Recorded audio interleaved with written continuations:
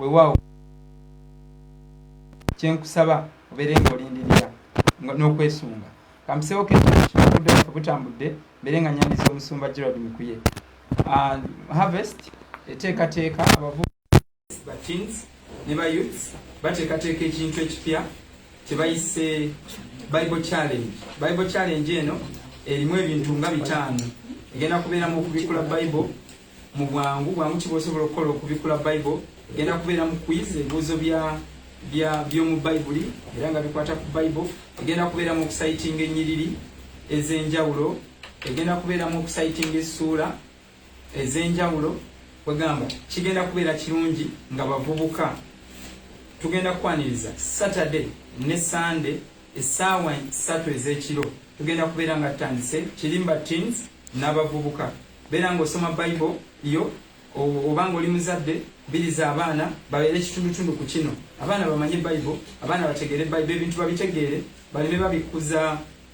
Samwiri ekyokuna nabo babikule, Zabuli esule ey'ebibiri nabo babikule. Twagala bamanye Bible. So kyekipya Harvest kyeteekateeka tukubiriza abazadde mwenna n'abantu ffenna tubeere ekitundutundu ku kino. Ate bagambye nawe bati twagala tufuneyo ko representative ku Saturday ku Zoom. Saturday twetagayo omuntu omu ne ku Sunday twetagayo omuntu omu agenda okwenyigira mu bimu kubigenda okubeera nga bibeerawo. So Saturday and Sunday okuva ku Saturday eno ne Sunday eno paka nga lockdown wena betambula tetumanyi babayinza otongera bana bati batongeddeyo. It's okay, it's fine, there's no problem. So tubakubiriza okubeera ekitundutundu kino, tukubiriza abavubuka program bagibeereko. Program y'abavubuka ba teens from 13 okweyongerayo bagenda beera mu kino ekintu. Njagala okwebaza abantu bambi ababeereyo ne mulowooza ne muyimirira naffe financially n'olowooza n'ogamba nti no Harvest beetaaga babeerawo batya basabye bayivinga batya bantu mwe muli babbeeyi kubanga ebyokusabiriza ebyobapikapika tebisoboka bikaluba. Omuntu yamanyira okwekolera n'okuteeka mu buweereza ebintu by'okusabiriza n'okupikapika bikaluba bitukalubirira. Naye nebaza abantu mmwe abagamba how do they survive babale nnyo mwebalire ddala abalowooza ne muteekamu tezo za mmere mukwate mubeeko kye mukozesa nga temuzitumye ennyo mannya mangi nnyo. Thank you very much. We are much humbled. We are obliged to you. Tuli basanyufu nnyo. Mulina ebbanja lyaffe era tetulekera kubasabira emisana n'ekiro. Mugenda kunzikiriza nemetwala budde bulala bungi ngenda kwaniriza omusumba Gerald Mukuye atubuuzeeko. Bw'amala otubuuzaako abeere nga atwanjulira ekipya kye tulina olwaleero. Musumba Gerald Mukuye nsaba otubuuzeeko. Haleluya. Amen. Nange mbalamusiza mwenna badokita, ba apostles, ba bishops, ba evangelists, ba nabbi ne bakyala badinkoni, ba bishop mpozo bamaliriza mbamazi bakyala babasumba, abasomesa b'ekigambo, abaweereza b'abaweereza, abasumba b'abasumba bonna mwenna tubalamusiza mu linnya lya Mukama waffe Yesu Kristo omwana wa Katonda omulamu. Kaakati twagivuddeko musumba ekiriwo ffe tusomesa tetuleeta referendum kugamba kino tukiyise abantu bakikubaganyeko ebirowoozo. Mulimu ebintu nga we are informing nga kutegeeza ng'olina kiyiga ng'obadde tokimanyi oba oli bishop oba oli ani oba oli dokita ng'olina kiyiga buyizi nga byonna ebyamalala tubiggyeko ng'olina kiyiga naddala ebintu bikono si kubikkulirwa kubanga waliwo omusumba eyangambye buli omu alina egundi ye okubikkulirwa kwe bwe bati bagiyitako buli omu alina egundi buli omu alina egundi ye bwakola kiki ebintu bye. Kakati Bayibuli eyogera mu Befeso essula ey'okuna nti okutuusa ffenna Befeso essula eyokutandikira ku 13 awo tandikira ndoza ku 11 twejjukanye bwejjukanya mu Befeso essula ey'okuna okuva 11 tandikire ku 11 zijja agamba nti era oyo naawe abalala okubeera abatume n'abalala okubeera bannabbi ababuulizi n'abalala abalonda n'abayigiriza olw'okutuukiriza abatukuvu ekyo kimu ekyo kimu olw'omulimu ogw'okuweereza olw'okuzimba omubiri gwa Kristo 13 okutuusa lwe tutuuka ffenna mu bumu obw'okukkiriza n'obw'okutegeera omwana wa Katonda lwe tulituuka okuba omuntu omukulu okutuuka mu kigera eky'obukulu obw'okutuukirira kwa Kristo. Kakati basema ne bannyabo abasumba mwenna kyevudde leero nsooka okwaniriza n'okubalabusaako ffenna tulina duty tulina obuvunaanyizibwa tulina statutory duty obuvunaanyizibwa obuwandiike obwateekebwa mu buwandiike ffenna nga tubufaanaganye evangelist n'abalala mwenna ffenna tulina kutuumira ku ntuumu emu tulina kukuŋŋaanyiza wamu nga tutuukiriza ebigendererwa 7 ffenna okwolesebwa kwaffe kwe tugenderera kutuuka ku bintu bino 7 tulina golozi 7 ffenna ze tulina okuteeba nga tuzijjaawo mu Befeso 12 ne 13 ennyiriri 2 bwe wali okwolesebwa kw'abaweereza bonna buli agamba nti muweereza buli agamba naddala abatume bannabbi abasomesa abasumba ababuulizi b'enjiri byebintu 5 kati eyo 5-fold ministry nkibagira mu bodies tulina obligations tulina ebintu 5 tulina assignment ffenna bwe ne bwobuuka n'okola otya n'obuukabuuka n'okola otya bino birina okubaawo ebintu 7 1 to perfect the saints okutuukiriza abatukuvu ye Befeso 4 ng'olwolunyiriro 12 2 to do all the work of ministry olw'okukola omulimu ogw'okuweereza bwonna 3 to edify the body of Christ edifying era mwaliwo ne 12 olw'okuzimba omubiri gwa Kristo okuzimba edify si kuzimba kuno ng'ozimbiddwa but edify omuntu n'aba ng'ali okuyimusa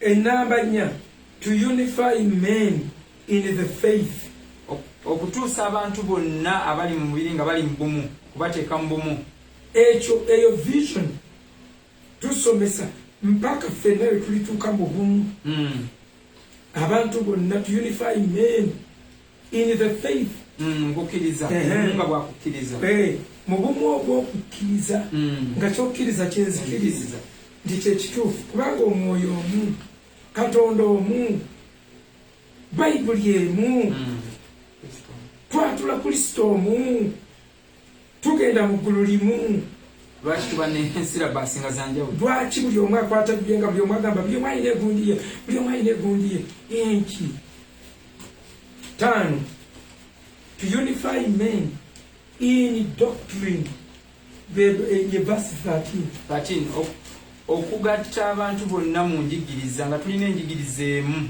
kati awaliwo obumu obw'okukkiriza unity in faith n'obumu obw'okutegeera obumu obwo obw'okutegeera oba obumu obw'enzikiriza ekyo kibayita doctrine unity of doctrine tusobola okutuuka mu bumu obw'okutegeera ne tuba nga tulina doctrine emu yes awo nga ffenna tukkiriza ne tuddamu ne twetegereza bayibuli nga tetutidde kuswala kyate nali mbibuuliridde emyaka 4 nga tetutidde kuswala bw'ate nali nawandiika obutabo akatabo kange katunda nnyo ate kulonki omugenyi omukulu ajja kuwulira awulire nti yalonkinga ekitabo ekifu ebyo byonna Katonda tagenda bikuvunaana wenenye bwerinya tugende mu maaso nze nasinganga okwekatiriza ekimu eky'ekkumi nnyo nga nze nkugamba kyekisinga obukulu mu bayibuli lwaki bwekyo bwe nali nkitegeera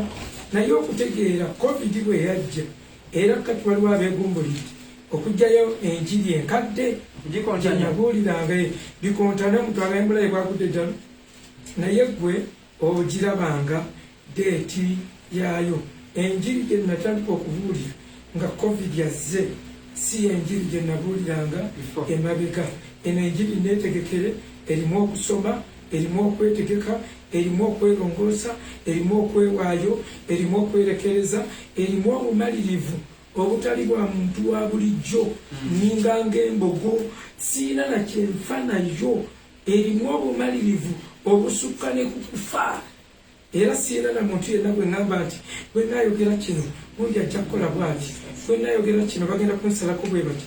Nabagamba kyaki yange empagira mu bintu bingi nnyo, naye oba yo nagibuuka nesika ekintu kyonna nagibuuka. Ate oli akuyitako obuyisi okubuulirako ewe? Naye ate oli akuyitako obuyisi okubuulirako ewaffe. Bange waliwo yangamba noonya gy'onoobuulira, nja kubuulira eka eka nazaala abaana 12 nja batuuza mbookinga enjiri abo teryakaayana. Akati basebo ne bannyabo bino ebintu byaffe 7 tubaye twakawako 6 Purify men in doctrine. Wenyiro 13. Then yero 13 lwongere ekirala. To perfect the church in Christ. Okutuukiriza ekkanisa mu Kristo. Ekyomusanvu. To bring men to maturity in Christ. Kiryagamba mpaka fino etulikambamu obwokukiriza. Okufuuka abantu abakulu mu kigera ki? Mu kigera ekya Kristo oba okutuukirira kwa Kristo. Bulira ekintu kye baatuwa kinene. Abasumba ffenna tusobola okwezolizazoliza nga tunoonya ekyokulya, tusobola okweyogeza ebintu, tusobola okuleetaleeta oluzungu olungi ennyo. Thank God intended to put this verse here. God intended to make this verse 6 and this chapter here. Chapter ezisaako mulala. Tezaalimu ne verse. Eyo essomo tujja dikwatako. Naye ka mbabuulire. Bwe tuba baakukula okutuuka ku kigera ekya Kristo ekigenda otukuza mazima, ekintu ne bakikwatayo nga si mazima tekisobola kutukuza. Mubeerawo a doctrine can launch thousands of people in one place, but growth is still impossible. Numbers deciding a growth. Emotoka gyovuga si yesalawo obukulu bw'omwoyo. Nabagambye obulokozi bwe tulimu abantu abasinga it is an ideal. Nagendanga mu firimu nga tulina Jimmy akola Mr. Council asobola okubabuulira. Tusuze Kiryagonja ne tugenda ku local view theatre ne tugenda okulaba firimu. Akati bwe twagenda okulaba tulaba Rembo. Novaayo ng'olinga Rembo. Nga amazima tulina na kyetutya.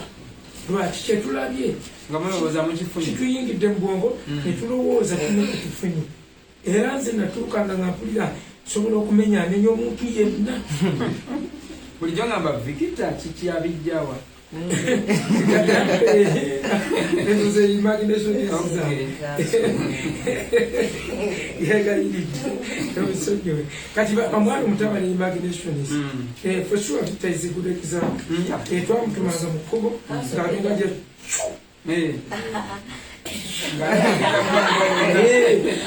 ngakola omukono mwono era nga bw'omwetegereza oyinza okufeesa kati ng'alabye firimu ng'agenda kuba buli muntu amuzanyirako. Kumbe it's an ideal. Waliwo nawuliranga nga nina saaziniigaye nkajagala nyenyeemu wano ne bbeere bwe nyenya no kibegabega. Waliwo we twawuliranga bw'omulabeyo ekikweya ku ngufu ng'otambula oli vumbi era bwavuuka bw'osanga mu kkubo nga buzimbazimba buti kaba kalabye firimu abalabye firimu bazimbazimba nze mulya abawulira asisobola. Kati obeera obsessed.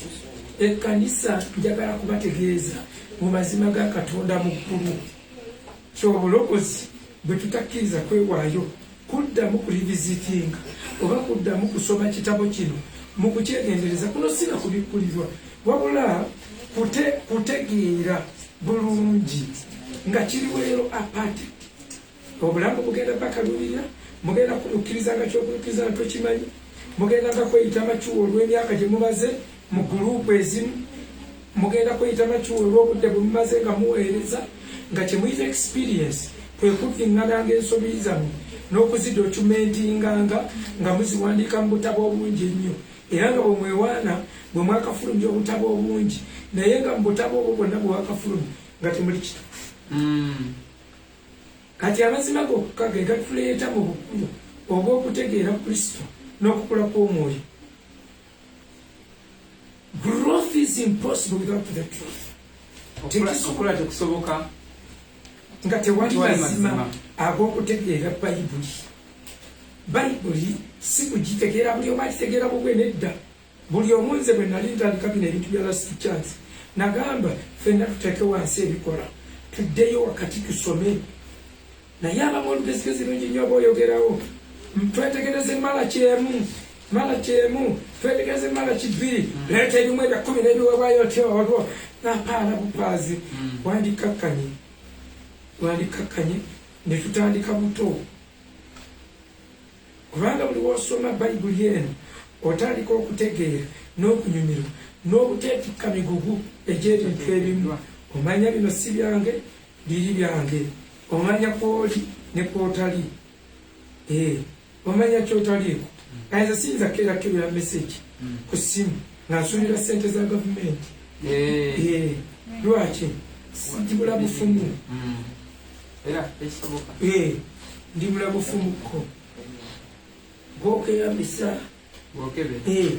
waliwo yangambye oteekamu erinnya Nabbanja erinnya oliwulidde tawaana tugende mu maaso ali basebe ne bannyabo buli etuwadde assignment enkakali kyokutuuka federa tulituuka ku bukulu ku kigera kigera kya ekyokutegeera Kristo mpaka ku kigera ki to the stature of Christ. Stature mu Luganda kyekyoba okutuuka ku kigera ku kipimo ekya Kristo nga okutuusa ffenna bwe tulituuka ku kukula okw'obukulu obw'omwoyo ku kigera kya Mukama waffe Yesu Kristo ku stature ya Kristo. Bannange banditugambye nti tufube okukula mpaka ku Peetero naye nedda bandigambye nti batuwadde assignment okuyamba abantu bonna bakule batuuke benkanenkane pasita gundi oba bishopu gundi oba bishopu Ayadepo oba bishopu Benihini oba ani oba TDJX ebyo bisoboka naye assignment gye tulina kutuuka ku Kristo ku kigere ekya Kristo kakati gye balimu gye bagweterageteramu gye batefunyafunya tetulina lugendo lwe tutambula mu bwongo tetulina lwe tutambula mu mwoyo tetulina lwe tutambula. We are just groping over the walls like blind men.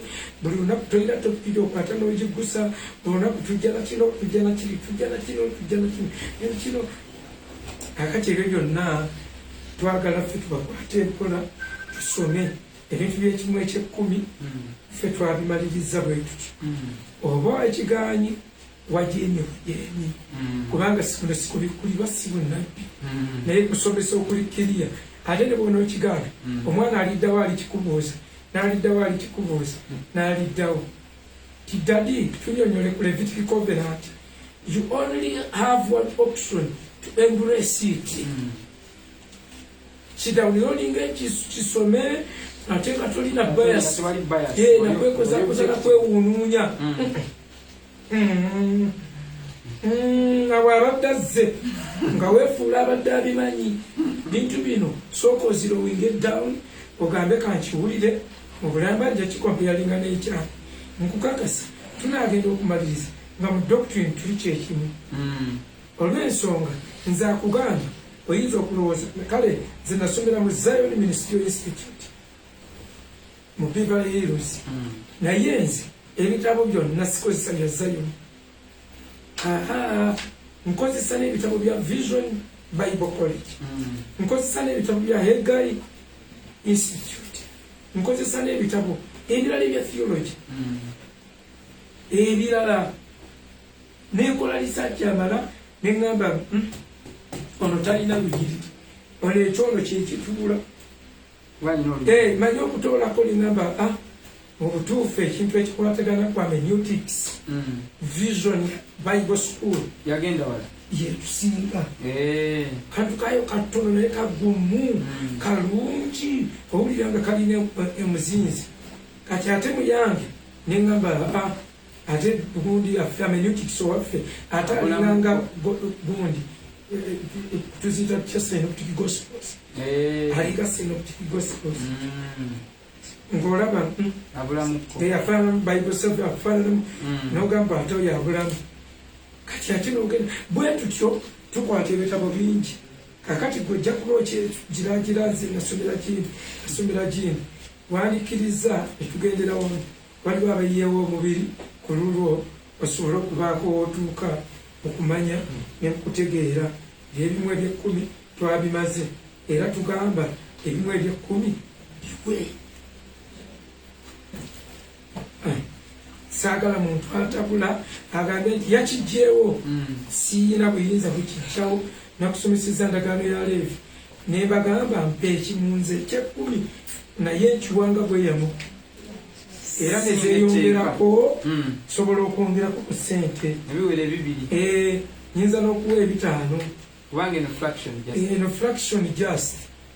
fraction mpa fraction bwetyo kakati mwembanga fraction bwetyo njiwa kyetujjako pressure ate tetuwa kya Leevi kati gwe okubuzibu obugenda okugira otusomera bya Leevi awo bajja okukwatira bagane nti ebyo byosomye mu mala kibigamba mmwe bigamba Baleevi n'abasumba bapriests so tukiwa naye kulw'okutegeera ne kulw'okuvaako ate tetuwa kimu kya kkumi as a sacred giving nga ekintu ekyenjawulo okukuwaayo okulala ekyentiisatiisamu ng'ekyentiisa ennyo kino ekyekkumi ekiriko it is an offering ng'ekiriko ekyama ekiri awo it is an offering obulokozi buno obw'endagaano empya bwonna butambulira ku offer bwe yayagala ensi n'okuwaayo n'awaayo omwana we not in percentages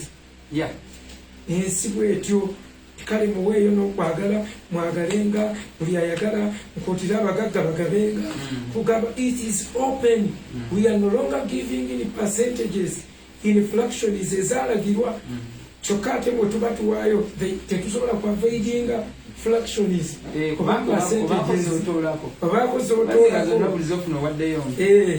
so tujjawo bujja kwentiisa eyo abantu gye batekako 20% bwesasula 2 bwozeewola ogattako kana nkakufaako oli awo sente za Mukama ate akaana kaani n'omwana wa Mukama sente za Mukama zijjanjabya akaana ka Mukama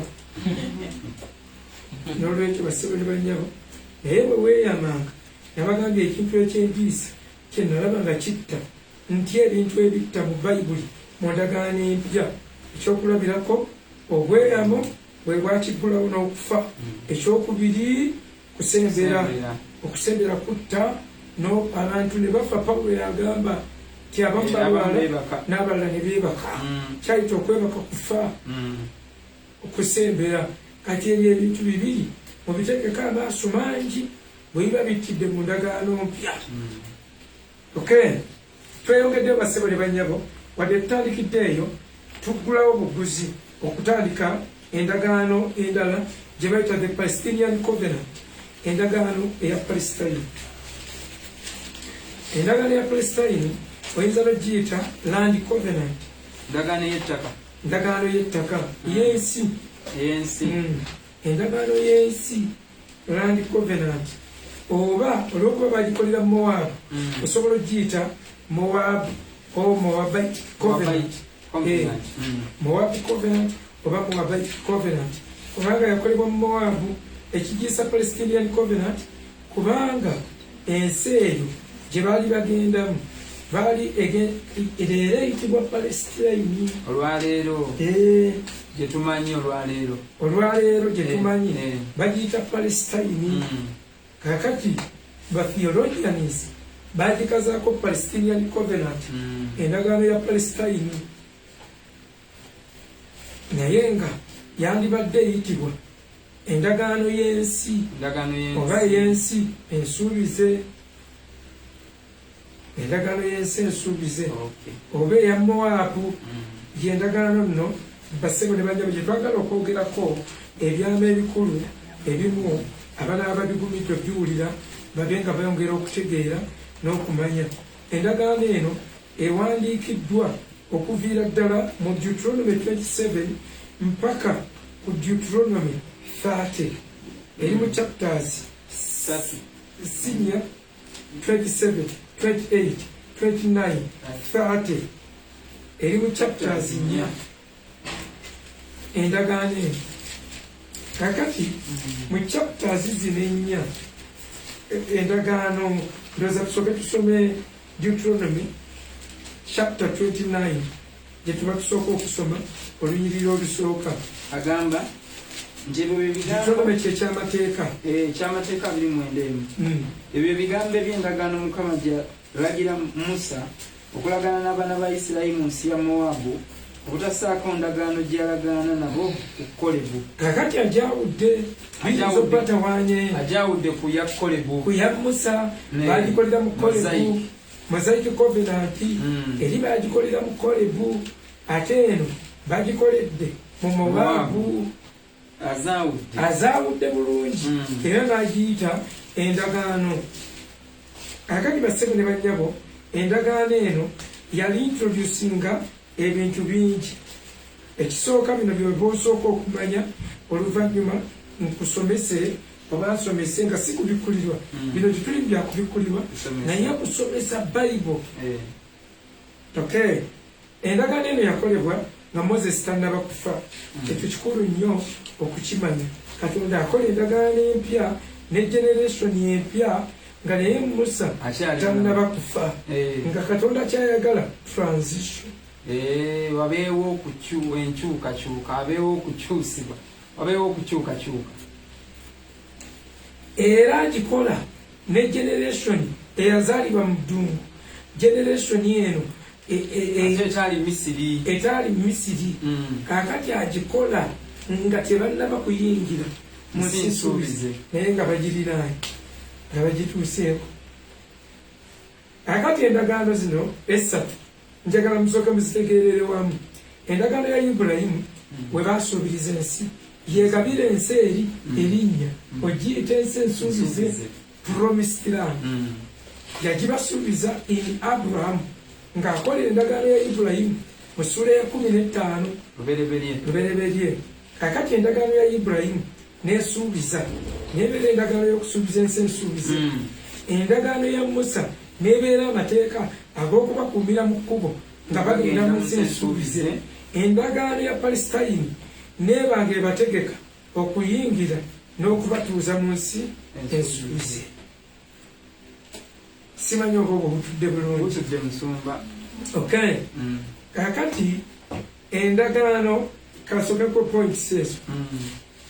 All promises relate to Israel to possess the land. Zonna zaakolebwa ebisuubizo byonna byakolebwa mwene endagaano mu ndagaano eno bwe mutuuka wali bwe mukola bwe muti gye bali balaga ebisuubizo byonna ngenda bakolera bwe nti bwe munaatuukayo ngenda bawerawo omukisa ngenda bakolera bwe nti ebyawali nga batuuse mu nsi. Palestinian Covenant yebikola ebyo byonna. So ebyo bikulu nnyo okubimanya. Bagikola immediately nga Mosaic Covenant yakamala okuggwa wadde tetwabigiriŋŋanyiza mu kusomesa naye gwe kimanye ekirala nga Isirayiri amaze okubonaabonera mu ddungu emyaka 40 naye mpaka bwe yagguka bakola endagaano eya Mowabu oba endagaano gye tuyise kiti giyise endagaano ey'ettaka ey'ensi oba Palestinian Covenant. N'ekirala zino points zigenda tuyamba mu kubikkulirwa n'okolyawo n'obutasaasaanira mu ziri ze twakasomesa. Tugambye bagikola kusavinga new generation eyazaalibwa mu ddungu to serve the new generation of Israel. Kati eno generation impya Katonda abawa endagaano aweeva mulimu ebimu byabawa ng'abakuutira kukwata biri ebyali mu ya Musa bwe batuukayo ebimu so kyamakulu nnyo tutegeera kaakati waliwo ekigambo wano kyaleeta mwene endagaano mu Deuteronomy 30 verse 6 kubulya introduction ze baleeta wano mwene endagaano ekyamateeka olwokubiri 3 olw'omukaaga agamba bw'ati era Mukama Katonda wo alikukomola omutima n'omutima gw'ezzadde lyo okwagalanga Mukama Katonda wo n'omutima gwo gwonna n'emmeeme yo yonna olyoke oba omulamu. Very good. Kakati endagaano eno abaana ba Isirayiri bamala okutuuka mu Mowabu, kakati Katonda ateekateeka bagenda kuyingira ku stages ez'enjawulo. Katonda abaako ebintu byayogera n'abantu kino musooke mukitegeere naye okwo kubikkulirwa ku stages ez'enjawulo Katonda ayogera n'abantu. Kakati waliwo endagaano, waliwo Katonda wadiiringa naffe nga tuli mu bwavu era kuwa okubikkulirwa totya tiwamu naawe mu mazzi amangi era bino tubyoloota n'ebirala Katonda aba akuzzaamu amaanyi awo wonna kati waliwo endagaano ey'okusuubiza ng'oli waka ne bakusuubiza ekintu ne wabaawo ey'omu kkubo twagiyise ya Musa ne wabaawo eno ng'ogenda kutwala indicators kati olaba Katonda byayogera naawe nga bikyuka omanya bw'aba akusuubiza n'akusuubiza ng'oli awo otudde wamu naye nga toyinza kukiraba oli eno kwa Abrahamic kkiriza nga Ibulayimu awo kikutwalira kukkiriza kunene father of faith ng'obeereko wakiri relative of the father of faith oli abajjajja w'abakkiriza ng'obeerawo nga anko nga anti w'okukkiriza kitegeeza okukkiriza kuba kunene nnyo kubanga Ibulayimu bamusuubiza nga bamaze n'okukaddiwa ayiseeko awo. Ezo nno ziraga stages ez'obulamu bwaffe bwe tutambuliza mu Kristo wakati mu bisuubizo ne mu kufuna ekyasuubizibwa. Oba olina kwegeraageranyiza kwa Ibulayimu ate wano mu kkubo oba olina okutambula ng'olina ebikufuga oba otambulira ku directives oba olina kwekuuma kyekibawesa amateeka etulaba Mosaic Covenant mu kkubo obeera equipped. Kati ate musumba wagamba amateeka si makulu ogambye kino kya mwoyo ate waliwo n'amateeka ag'omwoyo era ge tukwata waliwo instructions zetufuna ez'omwoyo bikulu nnyo. Bayibuli nga bwegamba mutambule nga mwegendereza ng'abayise mutambule nga mwekuuma ezaffe mweziri mu Bayibuli as sojourners abayise aliens abatambuze kakati bw'oloota ebyo Mukama nenya Mukama ngamba kino Mukama omanya otambula Mukama ngambye okwegereza kino Mukama nganye okwambala bwenti Mukama nganye okukola bye mbadde nkola Mukama nganye okusitama ezo na instructions aziwa batambuze ate ziba zizo nga si ku kijjanya nga sigamba nti nga abagundi tebagira nga gundi akola bwati temuli ku level y'emu ati temutambulira ku stage y'emu. Akati mikwano ne wabaawo ne instructions z'ofuna ng'ofumaze okufuna ate ng'oba ogenda okufuna ogenda okuwulira nga Katonda atakuwa instructions endala tobeera na malala genda okuwulira agaana ebyo ng'olomanya ogenda kufuna ebintu ebireeta amalala bwekuuma obwenzi ng'omanya ogenda kubeera approached genda kulumbibwa mu ngeri zonna genda kusinkana abadderira genda kusinkana abaana abawala abatefiirayo abeesitamira akuba akakule n'ayawula ng'empale yeerabidde okyambala bwe bityo nagaa zonna abadde nazoozizza naye nga yeerabidde nti zonna yazoozizza n'atuula bubi ate ebyo nabyo n'ogenda okuwulira ofuna instructions endala olwo ng'omanya I am approaching the promised land. I am approaching the promise. Natera okutuuka ku kisuubizo kino okuwulira batandise okuwa instructions zaayo eka babanga basooka Katonda asooka users manual nga tannaba kuweereza property. Kati bw'oyita users manual ate naye ba qualification ey'okufuna property. Akati bw'aba batuuse ku nseene ensuubizi era nakano mukakwate katuyambe mukakwatire mu kutegeera si kubikulirwa kuno Katonda abawa nga amaze okuwa Ibulayimu endagaano okulagaana naye nti abantu bwe baligenda mu nsi ensuubizi era balikomawo manya baligenda e Misiri baligenda mu nsi emu ne babakijjanya naye balikomawo mu nsi eno era nkusuubiza ezzadde liriba lingi biki Katonda ababuulira ku nsi ensuubize olunaku lwe yagiinstitutinga lwe yagiteeka mu mutima lwe yagironkinga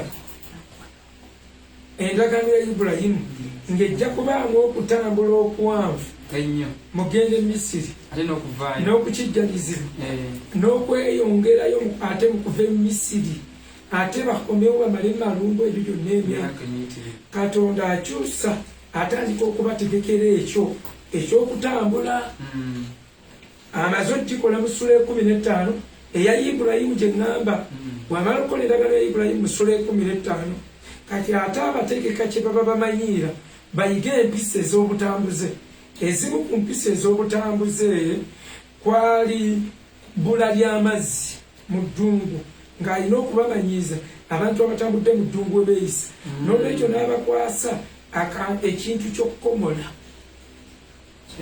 okubakwasa ekintu ky'okukomola era okuleetebwa kw'okukomolebwa susu okukomola susu kwajja nga bagenda kutambula ng'abateekateeka ku lw'engendo ze bagenda okutambula batuuke okukimanyira tibaba bakomole kubanga mu malungu baali tebagenda kuba n'amazzi kusobola kunaaba era abasajja bo bakimanyi bwe tuba tugenda okunaaba ebitundu ebyo ebyensita bajjajjange eryebunyolo mama wange gyazala babiyita ebitundu ebyensita bwe tuba tugenda okubinaaba tubifungula bwe tuti byefungula ne tubinaaba bwe tumala okubinaaba ne tuzzaawo kye bayita foreskin kakati bwe tumala okuzzaawo bwe tutyo buli lunaku oba kiba kikkakatako okubinaaba bw'otabinaaba bw'otyo ofuna obulwadde munda ofuna endwadde bitereka obulwadde ogenda okulaba ng'otandise okusiiyibwa mu ngeri emu oba endala kakati Katonda bwe yakimanya teyannyonnyola Katonda agaba etteeka nga liyamba ggwe ate talinnyonnyola n'abagamba bakomolenga yakolagana ne Ibulayimu n'endagaano agikola si mukomole amwijja mu nsi ey'Emisiri si mukomole kitegeeza enkolagana ya Katonda ne Ibulayimu yali tebeesinze okukomola naye ng'abawa akabonero akaddako olw'enkyukakyuka endala egenda okubaawo abategekera olugendo oluddako nga kyama bamanyire okukomola ebera empisa yaabwe omukomole olwo yaba atambula mu ddungu ne bw'atanaaba otyo tewabaawo kitundu kikwese bikyafu ne bw'atanaaba y'ensonga lwaki baagamba basajja tebaagamba bakazi singa kyali kya butuukirivu n'abakazi bangi bakomodde kati baganda bange abasiraamu awo mbamuddiramuko okumanya n'okulowooza okusaaloosaala ennyo biki naye ebyo birowooze kyova olaba omwana yali omugezi omuvubuka kagezi munnyo akyasinzizza amagezi mu bantu aba bulijjo n'aba abatalina kye bali nga yasinzizza amagezi bamuyita nabbi Muhammad sallallahu alaihi wasallam yali muvubuka mukujjukujju nnyo bw'ovanga ku muntu ayiya ekibiina nekibeera wapuna yali mugezigezi panga ebintu bye nga mugezi nnyo aleeta sitole essaawa yonna mbutusanze ogusolonga eriiso liyingiramu abantu 3 n'eryeno waliyingiramu 3 orabu ne bagamba Allahu akbar ya rabbana subhanahu wa ta'ala nga musajja ayiiya nva muggulu olulala mwadiki bagamba atemyemu omwezi mbe yagutemamu ndabbinga gwa kitundu ngutemi ya rasula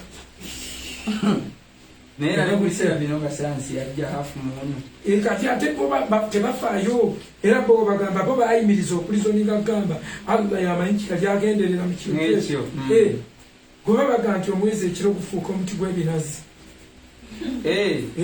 manyi emisana ekiro ne guvaayo nga gusoba ne gutwakira mweno ne badokita abakola physics or something like that badokita mwebali era sipetuwakanyeko nabo akugamba Allah yamanyi kiyali agenderera mu kintu yamanyi nabirekera Allah Allah yannanyini kumanya wakuliwo omumanyi wabayo omumanyi zemboozi zaabwe kwezulufaka nayini yasanga enjuba negwa mu kidiba era basoma Fatima sababani mbona akwate ekkubo nagisisiika nange enjuba ekuddawa mu kidiba kakati nagitunuulira enjuba eryawo mu kidiba ate baliwo ekkubo nekkubo terijjudde ng'enjuba yejji obusiraamu kakati naye abukali tubaveeko tubadde kusaka musizo kubanga olubogerako lukaali tanyira ku kirala tozanyira ku Allah tozanyira ku Allah baluma muluma sajjabo baluma obakeŋŋentererwa nobababinga betala ijado idalfitiri eraima nolaba emikolo bambi nebewana bebalaba ekanzu nebaganga tuli bangi yarabbi ensi yonna yakusiramu Allah yatusiimira eddiini inna diina inda Allahi al-islaamu diina yabasimbira eddiini y'obusiraamu kakati ebyo byonna byonna mikwano gyange njagala okubagamba nti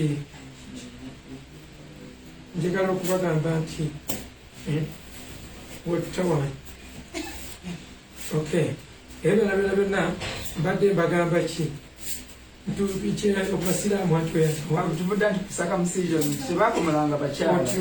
tebakomolanga bakyala kakati obutukuvu singa obutukuvu bulimu ng'eddiini obutukuvu buli mu kukomola buli omu yalikomodde kati mbadde Nabbi Muhammad yali mugezi nnyo ate ye bamusala ye tebamukomola yatyakanga yakatya n'afunula bufunuzi yagira bugizaati bamugamba katulabe ya Rabbi gwe akati Nabbi ani yakomola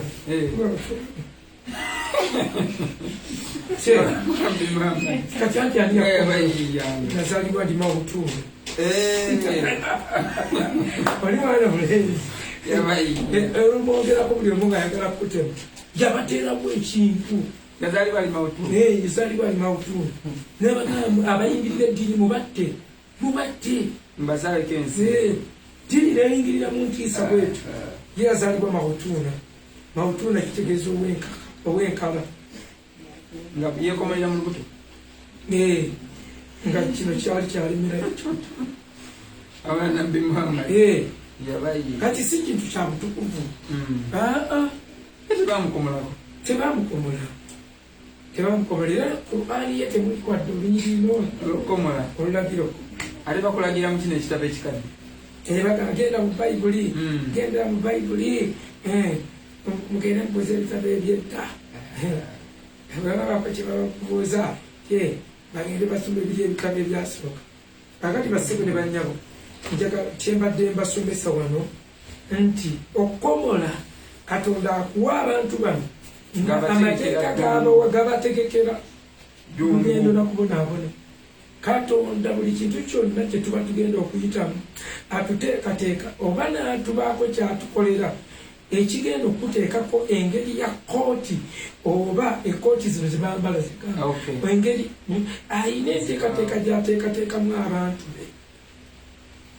n'atuteekateeka n'amanya nti Abafirika batadde mu nsi yaabwe erimu ebintu birungo biki middo mmere kati weewuunya Uganda ne gavumenti yakibikkuliddwa nti ne bweba tekalye kantu Bannayuganda tebafa tebasobola kufaajana wadde boogerayogera ku byenjala biki yakibikkuliddwa bakyogeddeko obaka okugamba nti katubawe empewo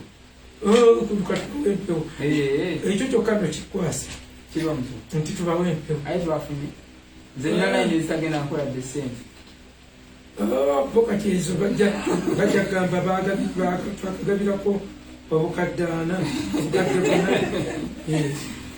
obukadde 4 kwade kubikulirwa bafunye okubikulirwa kuba covid oli emmere teyagaba naye ate ne batafa ne batakunkumbuka they don't die kubanga ebyokulya byajjula mu lukalu lwaffe olw'abaddugavu ne bw'osula miyembe otyo n'amanya ffe n'atuteekayo kati n'addira ffe n'atuteeka eno awagimu awali emmere ey'obulimi twefuga bwe tuti atumanyi okulowooza si kungi nnyo atumanyi n'atuteeka awo mu Africa awali ettaka eggimu n'emmere ey'obwereere ettaka kimu bintu byakule nga tubeerawo bwe tuti twebeerera mu faani zaffe twebeerera mu faani zaffe oba kita oba tekita tukeera kukuzira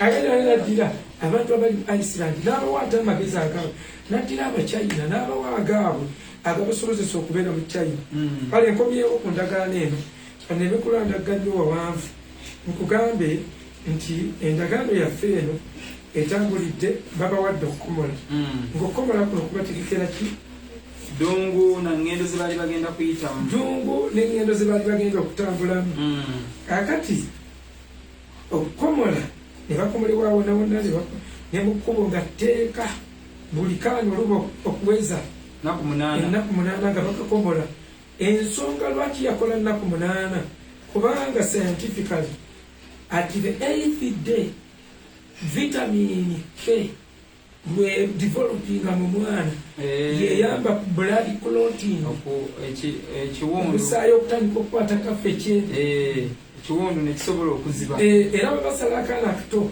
nga tekanaweza nnaku 8 omusaayi tegukala kubanga vitamin eno ereeta blood clotting eba tennaba bwe bati abasomesa bamwe bansomesa era bwoliba kikebedde nga kifu the teacher was wrong naye kusinziira ku bwensomye bwekiti bwe kiri clotting etandikira ku nnaku 8 kyova olaba strict agamba bwe muweza ennaku 8 omwana bwaweza ennaku 8 ne bamutwala mukomola olwo bali ku kristo yaweza ennaku 8 ez'okumalirwamu ne bamutwala kati ate eno waggulu tekuliiko nnyo myaka kubanga Ibulayimu yakomolebwa ku lunaku lwe lumu ne mutabani we Isimayiri alina mmeka 12 naye Isimayiri yalina era baakomolera ku 8 yali alina 8 yalina 8 ng'oli alina 9 ne bakomererwa ku 13 Ibulayimu n'akomola n'abakulu abali mu nnyumba yaabwe n'abali mu nnyumba bannaggwanga ne babaawula akondo kaali kabonero kanene kibino biina ensonga enkulu endala omuyonjo katonda abuwadde bano mulimu n'amateeka amalala gonna twagezaako katonda n'atuwa ekisa netugezaako okunoonyereza lwaki aleeta etteeka lino bibirikale scientificale etukebera embizzi of course tezisobola kutambula zijja basibira emabega besibeyo bagaana okutambula okgenda embizi yange ejja kufa bayimirire batetekwa kuyimirira kuba embizi etambula katono era ffe zatukufangako bulaga ayagala okukijjanya agintumye mu kikwata ngireete ne bansitulira embizi ennene yakula nebula bagisibye ku gaali nze gyansindika bujjago kaagamu kuba omusana gunzita njijjano mu mayiro 45 sisobola kulinnya gaali ndi mumpi nnyo olabana kati ndi mumpi naye tereeza ebiseera ebyo eggaali ngivuga mu 9 kyokka ne bwe kwandibadde givuga nga kiba kirwana kati nayina okutsinduka nzija ngisindika omusana mpita mu busozi obusozi bw'omu kikwata waliyo eyo ebibira bya gavumenti bayitayo mu kikwata mbogo najja mpita mu kibira omwo nga bwetya ebizibu ekaaba omusana gunuzita embizi nefiira mu yafiira mu naye nga nnene nefiira ku gaali nentuusa mulambo nabutuusa kiro ate nga ngakaaba ate ngaomanya bagenda kukuba emiggo negivuga sigise kikikubye wansi mbizi yali nnene nga amasavu mangi kati zo zifa ezigumiikiriza ddungu ezigumiikiriza musana zifa olw'amasavu n'amanya ebyo bijja musumbuwa n'azigaana mu ddungu otherwise Nuwa ye yamukkiriza yali tasiwa kutambula mu lyato era singa bano bali bakuyingira mu nju yandibayingiza n'embizi ate nga mu Baleevi yagamba temulya nawa ensonga endala eri mu kitabo kya Leevi eno mu kuva ensonga ndala ate Muleevi ng'abawabula ebyokulya nabo n'abawa ndala yagamba nti yawula ekinuulo ekolifayingako paati naye just okuzza ogw'enkulumu awo netugamba yali ategeeza meditation okuzza ogw'enkulumu bayibuli egamba kitegeeza etulaga nga kitegeeza meditation ofumiitiriza kati ate okwawula ebinuulo witness ebinuulo ebibiri yali ali ku babuulizi banjiri ng'abaganya okuweereza those witnesses who don't think bakomplainingako eri mu Yeremiya abantu bange tebalowooza biwongole abaana abo nga tayagala babuulire kubanga bituuka butalowooza mwemu okulooza nemuva amagezi agamba olw'okuba oganya okumanya nange nkugaanyi naye abatajja bakozesa era abatalowooza beekozesa bokka self appointed. Okay, tweyongeddeyo so tugenda maaso paati eno kakati batuuka mu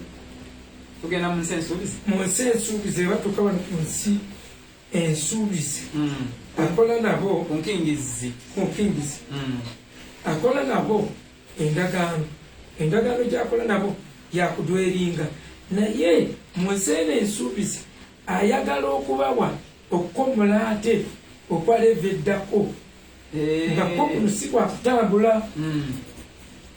kitegedde kati mu ssula eyasatu oluyiro lw'omukaaga lwagambye lubaddiremu kati bayintroducinga okukomola okwekika ekirala lwaki okutambula kugenda baali babulayo akaseera okutuuka mu nsi ensuubizi naye balina okukipulakitisinga kino bagende nga bakiwulira emphasis ekyuke eve ku kukomola okwokungulu edde ku kukomola okwomunda kati emphasis egenda kukyuka mu 3:6 era tuli mu Deuteronomy oba ekyamateeka era Mukama Katonda wo ali kukomola omutima n'omutima gw'ezzadde lyo okwagalanga Mukama Katonda wo n'omutima gwo gwonna n'emmeeme yo yonna olyoka oba omulamu.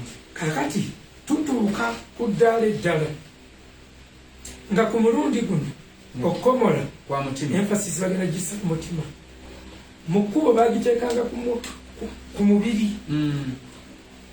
kakati bagenda kutuuka mu nsi ensuubizi ayagala akozesa ekigambo kyekimu naye kati ayagala mutima awo ng'abategekera endagaano egenda okuddako gye tujja okusoma maaso endagaano eya Dawudi omugenda okuva empya kati endagaano ya Dawudi omugenda okuva empya kakati bo batuuka tusooke tulumbeyokko olunyiriri lumu Zabuli ya 5 layini ey'omukaaga Zabuli ya 5 tulumbeyokko olunyiriri lumu ng'abategekera endagaano eddako agamba bw'ati laba gwe oyagala eby'omunda eby'amazima era mu mwoyo ogutalabika onoomanyisa amagezi go. Kakati amagezi tugenda kuintroducinga maaso abo endagaano ya Dawudi naye ono bwe yali ayagala obamanyiiza nti eno mu nsi gye bagenda ajja kumaliriza kumpi amaliriza na David Covenant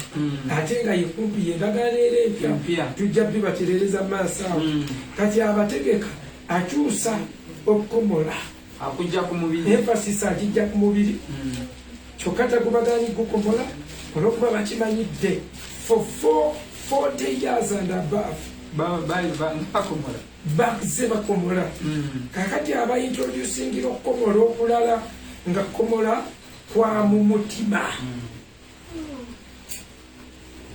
lwaki olwo ensi gye bagendamu ekiddako kigenda kutambulira wiiru za mutima ku bupiira bwa mutima nga bwe mulira Kristo bwe yajja n'agamba mu Matayo 11:28 kimujeje nje bakwena basobereddwa nange n'abawummuza n'abakufunira ekiwummulo eri munda mu mitima gyammwe kati emphasis ng'egenda kuba ya mutima ng'ebiddako byonna bya mutima obulokozi bwonna tujja kutuuka mu maaso nga mbalaga enkyukakyuka y'ebintu byonna bigenda okudda ku muntu ow'omunda bive ku muntu ow'okungulu kati olw'okuba byali bijja kutambula bwe bityo nga ne Katonda yennyini takyakebera ku ssusu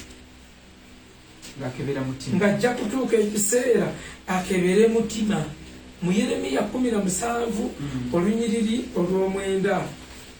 Soma Yeremiya 17:9 agamba bw'ati agamba nti omutima mulimba okusinga ebintu byonna era gulwadde endwadde etewonyezeka ani ayinza okugumanya 10 nze Mukama nkebera mutima agamba nze Mukama nkebera omutima nkebera emmeeme okuwa buli muntu ng'amakubo ge bwe gali. Very good.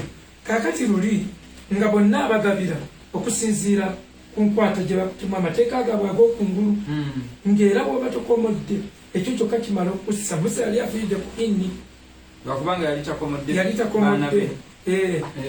naye atuuka ekiseera nga ku luno takyakebera kungulu akebera mutima era ng'aganze Mukama nkebera mutima. Interest ye gye yali ayagala ya mutima kati olwo atandika okubategekera ekyo atandika okubategekera endagaano z'omu maaso ezigenda okukebera emitima ng'era afa ku mutima era n'abagenda nga abagamba nti ekiseera kijja lwendiragaana endagaano empya ani oyo Yeremiya 3:1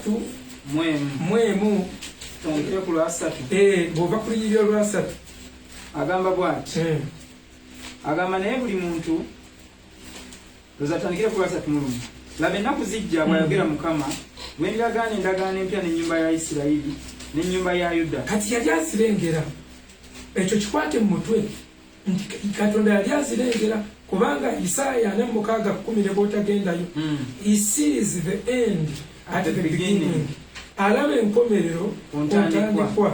Kati olw'okuba alaba enkomerero ku ntandikwa yali akimanyi abategeka ate Katonda bwe yayagalanga efuuka empisa ye ey'okukola kiri akitandikira mu ngayagala efuuke character ebeere habit ng'atandikira eno okugenda ng'akiranga akironkinga. Kakati bano abalonkingira ndagaano egenda okukebera munda. Soma agamba nti lwendagaana endagaano empya n'ennyumba ya Isirayiri n'ennyumba ya Yuda sinde ng'endagaano bwe yali gye nalagaana ne bajjajjaabwe ku lunaku lwe nabakwata ku mukono okubajja mu nsi y'e Misiri. Endagaano yange eyo ne bagimenya newankubadde nga nali mbawasizza bw'ayogera Mukama. Naye eno y'endagaano gye ndiragaana n'ennyumba ya Isirayiri oluvannyuma lw'ennaku ezo bw'ayogera Mukama giteeka amateeka gange mu bitundu byabwe by'omunda era mu mutima gwabwe mwe ndigawandiika nange n'abanga Katonda waabwe n'abanga bantu bange. Nebolekerawo kakati endagaano eno ziri zonna zitambulidde kungulu naye eno naye alina gy'asuubiza ey'omutima. Kakati ey'omutima mweno bwe tutuuka mu Palestinian Covenant endagaano eno n'introducinga kuziri abawa intro kuziri ezijja maaso nga zo zigenda kuba za mutima ng'agenda ddiringa nabo naye nga basis ya mutima. Amateeka agasiga ku bipande nga gawandiikiddwa munda mu mitima gyabwe. Kyekireetesa ekyo bassebo ne bannyabo Bayibuli nekatiriza yatuuka ekiseera n'agamba nti kulisi komola kuliwa okw'omubiri mu Yeremiya 9:25 nti kuli okw'omubiri tikwali komola yatuuka n'akugjawo 9:25 agamba bw'ati agamba laba ennaku zijja bw'ayogera Mukama lwe ndibonereza abo bonna abakomolwa mu butakomolwa bwabwe abakomola okale ndowooza ono omusajja yatuwandikira obi ndowooza kyalina kuba abakomolwa 2:5 laba ennaku zijja bw'ayogera Mukama lwe ndibonereza abo bonna abakomolwa mu butakomolwa bwabwe kati kwata kagamba ako bakomolwa mu butakomolwa bwabwe okategeera obulungi kirira kwasi 2:6 Misiri ne Yuda ne Edomu n'abaana ba Amoni ne Mowabu ne bonna abamwa oluge ababeera mu ddungu kubanga amawanga gonna si makomole n'ennyumba yonna ya Isirayiri si bakomole mu mutima gwabwe. Kaakati abijjawo bino ebyokukomola okomola ku mubiri n'otakomola mu mutima toli mukomole mu bukomole bwo tobeera mukomole mu bukomole kyabadde agamba wali abakomole abatakomolebwa mu kukomolebwa kwabwe bakomolebwa naye omutima nga si mukomole. Kaakati n'amala wansi n'agamba bonna baali bakomole bonna baali bakomole kati ate mu butakomolwa n'abamenya nga si bakomole mu mitima gyabwe. Kati olwakukomola okwokungulu bwe tusoma mu Bakolosayi 2:11 Abakolosayi 2:11 katulabewo Abakolosayi 2:11 ayina kyatugirayo era awo agamba bw'ati era mwakomolerwa mwoyo obukomole obutakomolebwa na mikono mu kwambula omubiri ogw'ennyama mukomolebwa kwa Kristo. Very good. Kati twakomolebwa mu ye mu bukomole obutali buno obw'emikono oba okwambula omubiri gw'ennyama. Mwoyo mwe twakomolebwa tetwakomolebwa muli kubanga Bayibuli etugamba okomola okwokungulu si bwe kukomola. Batuuka ne bakugaanira ddala kera togambanga nti oli mukomole oyogeranga bwogezi nti ndi damage. Kubanga Bayibuli yo teganya nafuna obulemu nekolako obutemu oba netujjako netujja nekolako obutujju naye yagamba okusikomola era waliwo nabonagaye si bakomole. Kati okukomola okutuufu okukomola okw'omutima era ffe Bayibuli mu buli wetudda ku by'omubiri egamba mwakomolebwa mu Kristo si kukomolebwa kuno okwokwembula ennyama naye okukomola okw'omutima. Okukomola kwa mirundi 5 mu Bayibuli. Ekyo nakyo engeri gye tusoma tukisome tukimale. Okukomolebwa okusooka okwo kwe tulabye okwafuwa skin okwafuwa skin okukomolebwa okwafuwa skin okw'omubiri okwambula ennyama ey'omubiri mu abasebbeeyi ate bino ebyammwe mwe si mwe byogeramu mwe muli batemu musaana bakwata mwe muli batujju bo bakwata ate omukazi gwe bakokota ne bamukokota kata ne bakusalayo bakiyita genital mutilation, female genital mutilation. FMG, FGM, female FGM. Female genital mutilation. Kati owulira obutemu obwo obungi ennyo. Okukomola omukazi. Okiyiza ojja musoma gwafunye ekigambo ekituufu. Kukokota.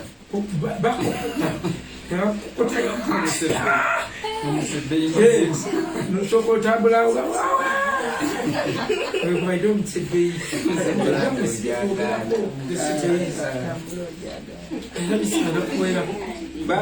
babiwera bitya just biriwo lwampaka ne babiwera obuwangwa obumu buli inconsistent babiwera with the natural norm with the natural understanding buzibu tebusobola. So eyo kategori namba emu okukomola okwokubiri kwekomola kw'omutima era kwetulabye era kwetutunuulidde era kwetulowooza nti bano akola nabo endagaano kati endala bagenda kwekuuma amateeka lwaki amateeka ate bageekuuma ate ng'ogambye endagaano endala n'akoleramu introduction eyo ey'omutima kubanga akebera mitima tuula mu mutima alokola omutima era yajjanga bwe baamala okutuuka eri n'abagamba mu Yeremiya 4:14 Yeremiya 4:14 n'agigamba Isirayiri 4:14 n'annyonnyola yali bagamba Yerusaalemi agamba ayi Yerusaalemi naaza omutima gwo gugwemu obubi olyoke olokoke ng'obulokozi kati tebugenda kuva mu kunaaba tebugenda kuva mu kwekuukulako bikuta nga ku mulundi guno neweebulako ddiba lyonna naye ng'olwo bugenda kuba bwa mutima Yerusaalemi naaza omutima gwo gugwemu obubi olyoke olokoke. So mikwano gyange okwo kwekomola okw'omutima kakati ne wabaawo n'okukomola okw'ensingo bikola y'abatume 7:51 okwo kukomola kwa nsingo bikola by'abatume 7:51 agamba bw'ati agamba nti mmwe abalina ensingo enkakanyavu abatakomolebwa mu mitima ne mu matu mmwe muziyiza bulijjo omwoyo omutukuvu nga bajjajja bammwe nammwe bwe mutyo ayogedde ku matu musomo waliwo okukomolebwa okw'amatu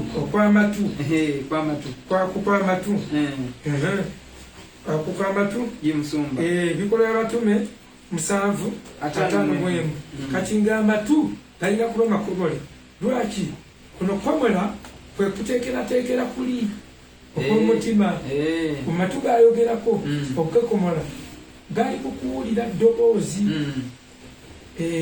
okuwulira eddoboozi lye n'okugaana okuwulira amalobo amabi aga sitaani kakati kyayita okukomola kw'amatu ng'amatu go makomole ng'oli abeerawo n'agamba siwuliriza nze tugundi saagala kuwuliriza bintu bya buwemu saagala kuwuliriza gundi nga awulira amatu ge gajja kubeera bifayiro ng'ayagala kuwuliriza bintu birungi bintu bitukuvu bimwongerayo mu maaso kati okolako kika kya kukomola kakati ate mu kuva 6:12 agamba bw'ati agamba Musa n'ayogera mu maaso ga Mukama ng'agamba nti laba abaana ba Isirayiri tebampulidde Falaawo anampulira atya nze ataakomolebwa mimwa. Kakati Egypt bo baali bakomola bo bonna baali bakomola kakati waliwo ekintu nkyakirowoozaako nnyo naye tukirowoozeeko balina bwe beekolanga emimwa yali alina obumwa obw'oluweere obutono fisikale era balinamuko kalikyeyo kakati nga bw'oba bwakomodde nga oba bakuyisizzaako akantu akaso akatono omala akabanga nga toyogera kati okukomolebwa kw'emimwa akakabanga k'otayogera ng'okontrolinga okwogera kati fizikale weba twebakolanga naye onaabuuza nze emimwa gyange simikomola naye mu by'omwoyo okukomolebwa kw'emimwa ate Yakobo kwayita okuziiza olulimi nti buli afuga olulimi aba asobola okufuga omubiri gwonna ebitundu by'omubiri ebisigadde ng'ayogera ku self control nga basomesaako ne bagamba tukola self control batukontrolinga omubiri tugukontrolingira mu bitunvu tukontrolinga omumwa tukontrolinga amatu tukontrolinga mutima bwebityo tufunamu ekiramba kyebayita self control awo ndo tufunye okukomola kwaki tufunye okukomola okw'emimwa okukomola kw'emimwa ne mukaaga olwasatu tukugize ne Yakobo 3 osobola okutandikirawo bwayogerera nti ebintu byonna baabifuga naye olulimi Yakobo 3 luba lwetaaga mumwa gwa kukomola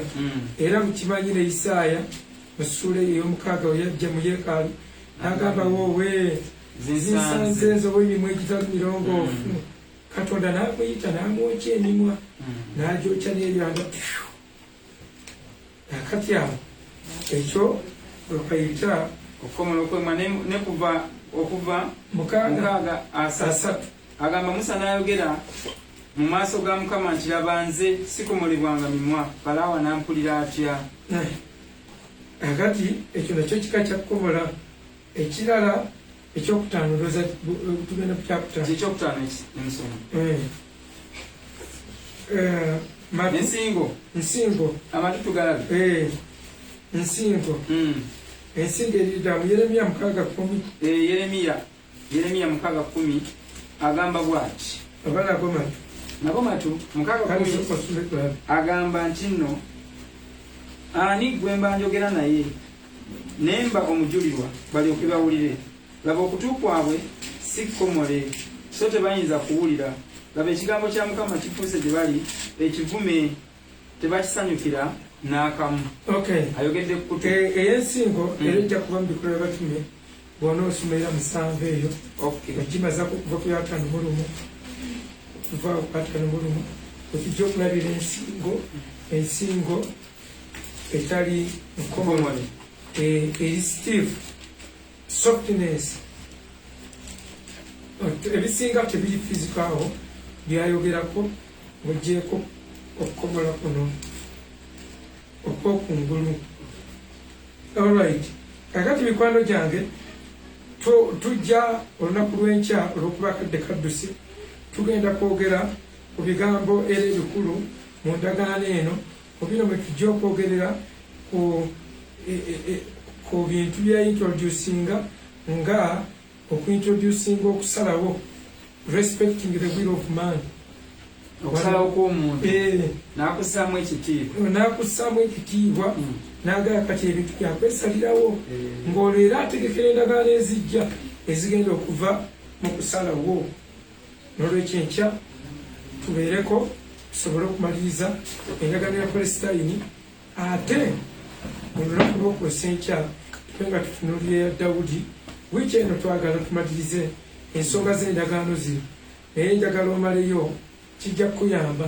Bayibuli ebeera aparted ate ejja kuyamba okugitegeera n'omanya nti endagaano nziggyemu. N'omanya endagaano kino bino bifaano nsoma kino ng'ojja n'ogala kansomeko ku ndagaano bweti kansomeko ku kino kandi bayizingeyo ku kino okusinga we munaatandika mbu wembikula ensoma n'otandika kyando kyawo Amunoni n'aleepinga Tamali nga tolina content noddamu nakupikula wala kola kyewasomye olubereberye kugamba zange kati ndeepinga eyo genda okuddamu cwa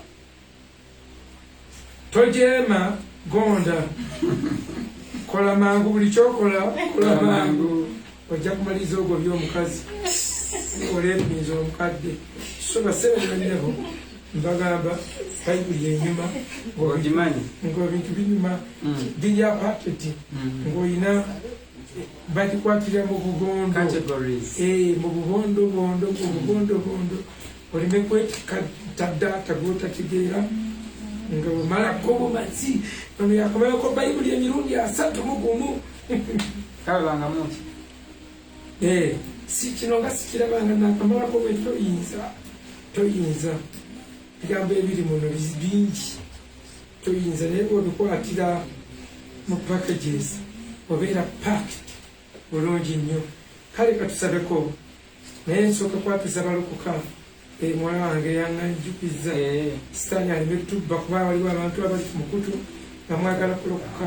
Ddamu ebigambo bino wamu nange gamba nti ayi Yesu olwaleero tulidde ekigambo kyo nenzikiriza n'omutima gwange okuweebwa obutuukirivu era njakula n'akamwa kange ndokose sangula amannya gange mu kitabo ky'okufa ogawandiike mu kitabo ky'obulamu nsonyiwa ebibi byange neerongooseza mpa n'omwoyo omutukuvu annungaminga weebale Yesu ndokuledde ddala.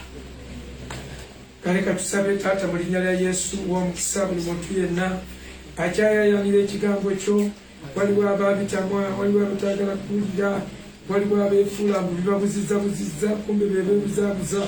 Kyenva nkwegayirira bakulirewo bakyalire mu birooto. Yogera nabo Mukama, abo b'oyagadde yogera nabo Kabaka w'abakabaka. Golola omukono gwo oyogere n'emitima gyabwe. Yogera n'abasumba Mukama, yogera n'abasumba babeerewo okuyiga mu ngeri y'okwetowaza, babeerewo okuyiga mu ngeri y'okumanya. Nkwegayiridde Mukama ebintu byonna ebisinga Taata gompa emitwe gye mba ntambulirako, era tumanyi kye tugenda okuzzaako Mukama nga tumaliriza endagaano zino. Oyina by'oyagala abantu babamanyi, ab'omulembe ogugenda okuddako. Mukama nkwegayiridde, tegeka omulembe oguddako ogw'abavubuka, tegeka omulembe oguddako. Nkwegayiridde Kabaka w'abakabaka, wabeerewo omuliro oguvaako emabega gye tuva, ate wabeerewo n'omukka ogunyooka abavubuka bano gye balaga, ng'abantu gye balaga bawulira n'okubalagana kw'okujja kwabwe. Abantu batandike okuwulira omusinde ogwa revival, batandike okuwulira. Tegeka Taata abavubuka abatagenda kussaayo mwoyo eri ffeeza oba zaabu oba abakazi oba ebitiibwatiibwa ebitalina makulu.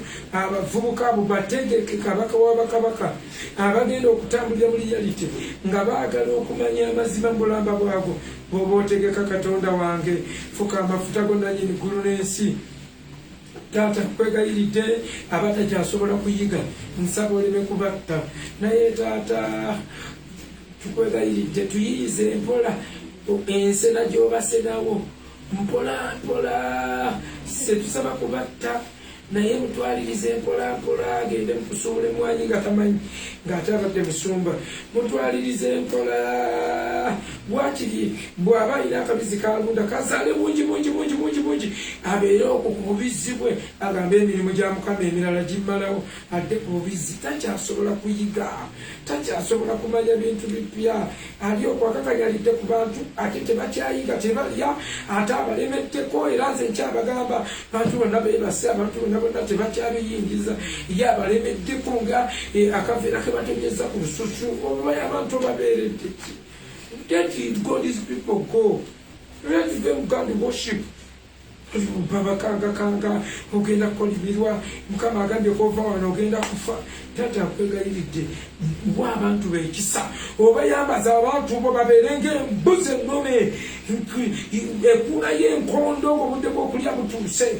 Nabo bayimuke balime okudda mu kuwoomerera kulugunyizibwa okwo okw'obutalya okw'onziba mu mutima.